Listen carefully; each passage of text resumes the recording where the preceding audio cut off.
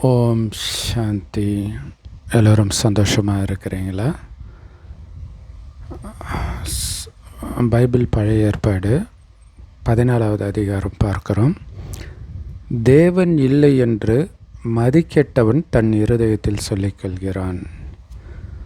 அவங்க தங்களை கெடுத்து அருவருப்பான கிரியைகளை செய்து வருகிறார்கள். நன்மை செய்கிறவன் ஒருவனும் இல்லை. ஸோ இது நாம் என்ன நினச்சிக்கிறோம் அப்படின்னா, கடவுள் இல்லைன்னு சொல்கிறவன் முட்டாள் அப்படின்னு நினச்சிக்கிறோம். ஆனால் இது உண்மையில் எதை குறிக்குது அப்படின்னா, கலியுகத்தில் உள்ள அனைத்து மனிதர்களையும் குறிக்குது. ஏன்னா கடவுள் நம்பிக்கை இருக்குதுன்னு சொல்கிறவனும் கடவுள் நம்பிக்கை இல்லாதவனாக தான் இருக்கிறான். அது அவனுடைய காரியம் வெளிப்படுத்துது. ஸோ அதனால் அவன் வெளியில் கடவுள் இருக்கிறாருன்னு சொன்னாலும், கோயிலுக்கு மசூதிக்கு சர்ச்சுக்கெல்லாம் போனால் கூட உள்ளுக்குள்ளே அதெல்லாம் இல்லைன்னு அவன் சமாதானப்படுத்திக்கிட்டாதான் அவன் பாவக்காரியமே செய்வான். அதை தான் தன் இருதயத்தில் சொல்லிக்கொள்கிறான் கடவுள் இல்லைன்னு. அதனால் தன்னைத்தானே கெடுத்துக்கிறான். நம்மளை கேட்க யார் இருக்கிறா? அப்போ அருவருப்பான காரியங்களை செஞ்சுட்டு வராங்க. குறிப்பாக காமம் சார்ந்த விஷயங்கள், பாலியல் குற்றங்கள், ஸோ விபச்சாரம் போன்றவைகளை செஞ்சிட்டு இருக்கிறான். அப்போ இங்கே நன்மை செய்கிறவன் யாரும் கிடையாது. காரணம், அவனுக்கு நன்மைனா என்னன்னே தெரியாது. அதுக்கு பேர் தான் கலியுகம். நல்லது எது கெட்டது எதுன்னு சொல்கிறதுக்கு இங்கே யாரும் கிடையாது. அனாதைகளாக இருக்கிறாங்க. தேவனை தேடுகிற உணர்வுள்ளவன் இருக்கிறாங்களா அப்படின்னு பார்க்கறதுக்காகவே கர்த்தர் பரலோகத்திலிருந்து மனுபுத்திரர்களை பார்க்குறார். கடவுளை பற்றி தேடணுன்ற சிந்தனையாவது இருக்குது. அந்த அளவுக்கு கல் புத்தியுடையவர்களாக ஆகிடுறாங்க. ஒரு 2500 வருஷம் தேடிட்டு வந்தாங்க. அது பக்தி. அதுலேயும் உண்மை கிடையாது. ஏன்னா கடவுளை பற்றி தெரியாது. அப்புறம் எப்படி தேடி கண்டுபிடிப்பாங்க? ஆனால் இப்போ அந்த தேடுற எண்ணமும் கிடையாது. ஸோ எல்லோரும் வழி விலகி, அதாவது பாவத்தின் பக்கம் போகிறாங்க. ஏகமாய் கெட்டு போனார்கள். நன்மை செய்கிறவனே கிடையாது ஒருத்தங்கூட. ஸோ அக்கிரமம் செய்கிறானே, இதில் ஒருத்தனு கூட அறிவே இல்லையான்னு கேட்குறார் கடவுள். ஸோ அப்பத்தை பச்சிக்கிறது போல என் ஜனத்தை பச்சிக்கிறார்களே, அவங்க கர்த்தரை தொழுது கொள்ளுகிறதும் இல்லை. இங்கே ஒரு கேள்வி வரும். மனிதர்களை பார்க்குறாரு, அதுனா என் ஜனத்தை பச்சிக்கிறார்களே, கடவுளுக்குன்னு தனியாக ஒரு ஜனம் இருக்குதா? பார்ஷாலிட்டி இருக்குதா அப்படி தோணும். ஏன்னா பைபிள் அப்படி காட்டுவாங்க. இல்லை, இஸ்ரவேலர்கள்னு ஒரு குழுவை மட்டும் கடவுள் வழி நடத்துகிறாரு. ஆனால் உண்மை அப்படி கிடையாது. கடவுள் வழி நடத்துறதுக்காக கலியுகத்தின் இறுதியில் வரார். இப்போ வந்திருக்கிறார்.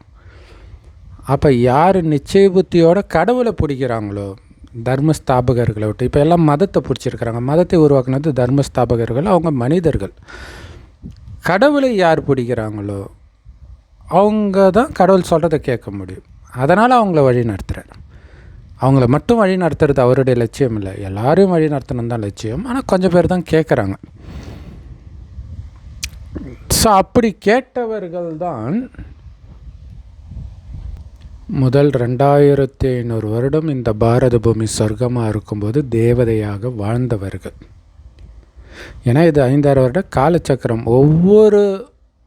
இந்த காலச்சக்கரம் கல்பனும். ஒவ்வொரு கல்பத்தின் இறுதி 100 வருடத்தில் இறைவன், அவரை தான் சிவன் இந்துக்களும் பரமபிதான்னு கிறிஸ்தவர்களும் அல்லான்னு முஸ்லீம்களும் சொல்கிறாங்க. கடவுள் ஒருத்தர் தான். மதத்துக்கு ஒரு கடவுள் இருப்பாரா? நீங்களே யோசிச்சு பாருங்கள். ஸோ அவர் வரார், இந்த ஞானத்தை கொடுக்குறார். கோடியில் ஒருத்தர் தான் இந்த ஞானத்தை எடுக்கிறாங்க உங்களை மாதிரி. ஸோ அப்படி எடுக்கிறவங்க தான் சொர்க்கத்துக்கு வராங்க. வந்தவர்கள் என்ன ஆகுறாங்க? சொர்க்கத்திலே இருப்பாங்களா? இல்லை குழந்தையாகவே இருக்கும், வளரும்ல. அதே மாதிரி கொஞ்சமாக சொர்க்கத்தில் நல்லவர்களாக தான் இருக்கிறாங்க. ஆனால் சொர்க்கம் முடிந்து 2500 வருஷம் கழிச்சு நரகமாகும் பொழுது பாவம் செய்ய ஆரம்பிக்கிறாங்க. அது காரணம் என்னென்னா, சொர்க்கத்தில் ஆத்மான்ற உணர்வில் இருப்பாங்க. அதாவது உயிர். அது பூர்வ மத்தியில் நட்சத்திரம் மாதிரி ஜொலிக்குது. அதனால தான் பொட்டு வைக்கிறோம். அந்த ஆத்மா தான் கண் வழியாக பார்க்குது, வாய் வழியாக பேசுது, எல்லா காரியத்தையும் செய்யுதுன்ற உணர்வில் இருப்பாங்க. 2500 வருஷம் கழிச்சு ஆத்மான்றதை மறந்து உடல் உணர்வில் வந்துடுறாங்க. அப்போ தான் பாவம் செய்கிறாங்க. மெயினாக காமம், அதான் மிகப்பெரிய எதிரி. காமத்துக்கு பிறகு தான் மற்ற எல்லா பாவமும் வருது. ஒரு பையன் குழந்தைத்தனம்ன்றாங்களே, எப்போ அந்த காமத்துக்கு எக்ஸ்போஸ் ஆகிறானோ, அந்த எதிர்ப்பால் ஈர்ப்பு இதிலெல்லாம் வருதோ, அதுக்கப்புறம் தான் அவனுக்குள்ளே மிருக குணமே வரும். அப்படி தான் இந்த 5000 வருடத்தில் நடக்குது. முதல் 2500 வருடத்துக்கு காமம்னா என்னென்னே தெரியாது. கணவனும் மனைவியும் நமக்கு ஒரு வாரிசு வேணும்னு நினைக்கும்போது மனைவி கர்ப்பமாகலே தவிர காமத்தினால கிடையாது. உண்மையில் சுகப்பிரசவன்றது அங்கே தான். எப்போ காமத்தில் விழுந்தாங்களோ அப்போ தான் பிரசவ வலியோடு இனி பிரசவை பாயிண்ட்டு பைபிளில் சாபம் கொடுத்ததாக காட்டியிருக்கிறாங்களே ஏவலுக்கு, அது நடக்குது. அது ஒருத்தருடைய கதை கிடையாது, ஒரே நேரத்தில் நடக்கிற கதையும் கிடையாது. 21 ஜென்மம் 2500 வருடம் முடிந்த பிறகு அவங்க காமத்தில் விழும்போது நடக்கிறத ஒரே நேரத்தில் நடக்கிற மாதிரி பைபிளில் வெளிப்பட்டு. ஸோ அப்போ அவங்க இப்போ எங்கே போயிருக்கிறாங்க? மறுஜன்மம் எடுத்து இங்கே தான் இருக்கிறாங்க. இது இல்லாமல் மற்றவர்களும் மேலேருந்து வருவாங்க. இதுதான் இறைவன் இருக்கக்கூடிய இடம், பரந்தாமம் பரலோகம்னு சொல்கிறோம் இல்லையா? இங்கே தான் ஆத்மாக்களும் இருக்குது. இங்கேருந்து வரும் கொஞ்சம் கொஞ்சமாக. சொர்க்கத்துக்கு தகுதி பெற்றவர்கள் சொர்க்கத்துக்கு வருவாங்க. அதுவும் எடுத்தோடனே எல்லோரும் வந்துட மாட்டாங்க, கொஞ்சம் கொஞ்சமாக சேர்ந்துக்கிட்டே இருப்பாங்க. சொர்க்கத்தின் ஆரம்பத்தில் சுகம் உச்சத்தில் இருக்கும், கொஞ்சம் கொஞ்சமாக அந்த சுகம் குறையும். அப்புறம் நரகத்திலையும் வருவாங்க. சொர்க்கத்துக்கு வர்றதுக்கு தகுதி இல்லாதவர்கள் வருவாங்க. யார் அந்த தகுதி இல்லாதவர்கள் அப்படின்னா, இறுதியில் இப்போ ஞானத்தை எடுக்கிறவங்க சொர்க்கத்துக்கு தகுதி பெறுகிறார்கள், அதுலேயும் வரிசைக்கிரமாக இருக்குது. ஞானத்தை நிராகரிக்கிறவங்க தான் பெரும்பான்மையானவர்கள், அவங்க நரகத்தில் வராங்க. ஸோ அப்போ சொர்க்கத்தில் இருந்தவர்களும் இங்கே தான் இருக்கிறாங்க, இப்போ நரகத்தில் வந்தவர்களும் இங்கே தான் இருக்கிறாங்க. அப்போ என் ஜனம்னு இறைவன் சொல்கிறது யார்? முந்தைய கல்பத்தில் இறைவனுடைய ஞானத்தை கேட்டு சொர்க்கத்துக்கு வந்தவங்க இப்போ கெட்டு போயிட்டாங்க. அதுதான் அப்பத்தை பச்சிக்கிறது போல என் ஜனத்தை பச்சிக்கிறார்களே. கடவுளை பற்றிய சிந்தனையே இல்லாமல் இருக்கிறாங்க என் குழந்தைங்க. ஸோ உண்மையிலே முந்தைய கல்பத்தில் நான் சொல்கிறபடி நடந்தாங்க, அதுதான் மிகவும் பயந்தார்கள்னு இருக்குது. தேவன் நீதிமானுடைய சந்ததியோடு இருக்கிறார். ஸோ நீதிமான்களாக இருப்பவர்கள் இந்த கடைசி 100 வருடம் தான். மோசமாக இருந்தவங்க தான் அப்படி மாறும். அந்த சந்ததியோடு இப்போ இருக்கிறாருன்னு சொல்கிறாங்க. ஆனால் அப்படி கிடையாது, எல்லாருக்கும் தான் கடவுள். பட் இப்போ இறைவன் வரும்போது அவங்க கடவுளை அவங்க தான் ஏற்றுக்கிட்டு வராங்க, அதனால் அவங்களோட இருக்கிறார். சிறுமைப்பட்டவனுக்கு கர்த்தர் தான் அடைக்கலமே இல்லையா? எனக்கு எல்லாம் கடவுள் தான்ப்பா, வேறு எதுவுமே கிடையாது இல்லையா?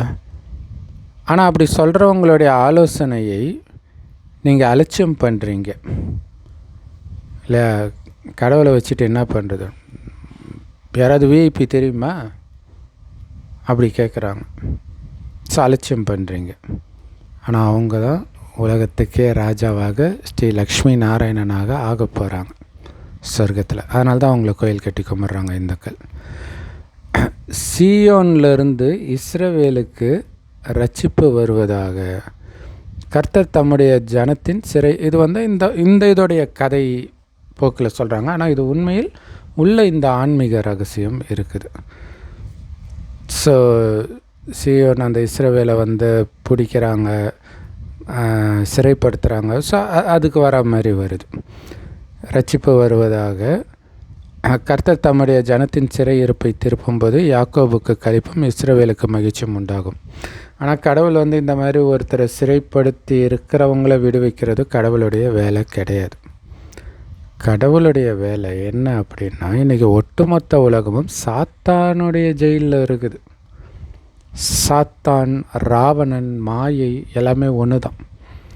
அதாவது காமம், கோபம், பற்று, பேராசை, அகங்காரம், இந்த 5 விகாரம் ஆணிடமும் இதே 5 விகாரம் பெண்ணிடம் உள்ள இணைந்த ரூபம்தான் 10 தலை ராவணன்றது. அவனுடைய ஜெயிலில் இருக்கிற சீதாதேவிகள் நாம தான். ஆத்மாக்கள் எல்லோரும், உலகத்தில் உள்ள எல்லா ஆத்மாக்களும் அத்தனை பேரையும் அவங்ககிட்டேருந்து மீட்டு அழைச்சிட்டு போகிறார். எப்படி? காமம், கோபம், பற்று, பேராசை, அகங்காரம் வந்ததுக்கு காரணம் உங்களை உடம்புன்னு நினச்சது தானே. நீங்கள் உடம்பு கிடையாது, ஆத்மான்னு உணருங்க. ஆத்மாவின் தந்தை சிவ பரமாத்மாவை நினைவு பண்ணுங்கன்றார். இது இந்து மதத்தில் அழகாக சுடுகாட்டில் ப்ராக்டிஸ் பண்ணுவாங்க. சுடுகாட்டில் அந்த பிணத்தை சுற்றி பானையில் தண்ணியை தூக்கிட்டு போவாங்க இல்லையா? அப்போ போகும்பொழுது சொர்க்கம் போகிறேன் கைலாயம் போகிறேன், சொர்க்கம் போகிறேன் கைலாயம் போகிறேன்ட்டு திரும்பி பார்க்காம சொல்லிக்கிட்டே போங்கன்னுவாங்க. அப்படியே போகும்போது பின்னாடி பானையை உடச்சிக்கிட்டே இருப்பாங்க. இப்போ அந்த பானைன்றது மனித உடல், அதிலேருந்து இப்போ ஆத்மா வெளியேறுது இல்லை? பஞ்ச தத்துவத்தினாலான உடல்ன்றதுனால அங்கே பானையை காட்டிட்டாங்க. இப்போ ஆத்மா வெளியேறும் பொழுது எப்படி போய் வெளியேறணும்? இறைவனை தவிர எந்த நினைவும் இருந்தால் இங்கே பிறந்துடும். இங்கே பிறக்கக்கூடாது, நேராக இறைவன் இருக்கக்கூடிய பரந்தாமத்துக்கு போகணும், அங்கேருந்து சொர்க்கத்துக்கு போகணும். ஸோ இந்த பரந்தாமம் அல்லது பரலோகத்தை தான் அவங்க கைலாயம்ன்றாங்க. மற்றபடி இமயமலையில் இருக்கிற கைலாயத்தில் கடவுள் கிடையாது.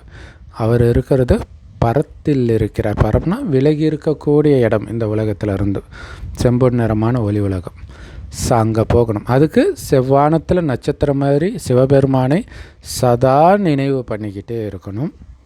இறைவன் கொடுக்குற ஞானத்தை கேட்கணும். அது எல்லா பிரம்மகுமாரிகள் ராஜயோக தியான நிலையத்திலும் முற்றிலும் இலவசமாக போதிக்கப்படுது. முரளின்னு சொல்லுவோம். யூடியூப் வெப்சைட்ஸ்லேயும் இருக்குது. அதோடைய லிங்க் இந்த வீடியோ கீழே டிஸ்கிரிப்ஷனில் கொடுக்குறோம். நம்ம வாட்ஸ்அப் சேனல் லிங்க் கொடுப்போம். அந்த வாட்ஸ்அப் சேனலில் அந்த முரளி நம்மளே போடுறோம். ஈஸியாக புரிகிற மாதிரி விளக்கத்தோடு போடுவோம். அவசியம் பார்த்து பயன்பெறுங்கள். ஓம் சாந்தி. தேங்க்ஸ் ஃபார் வாட்சிங்.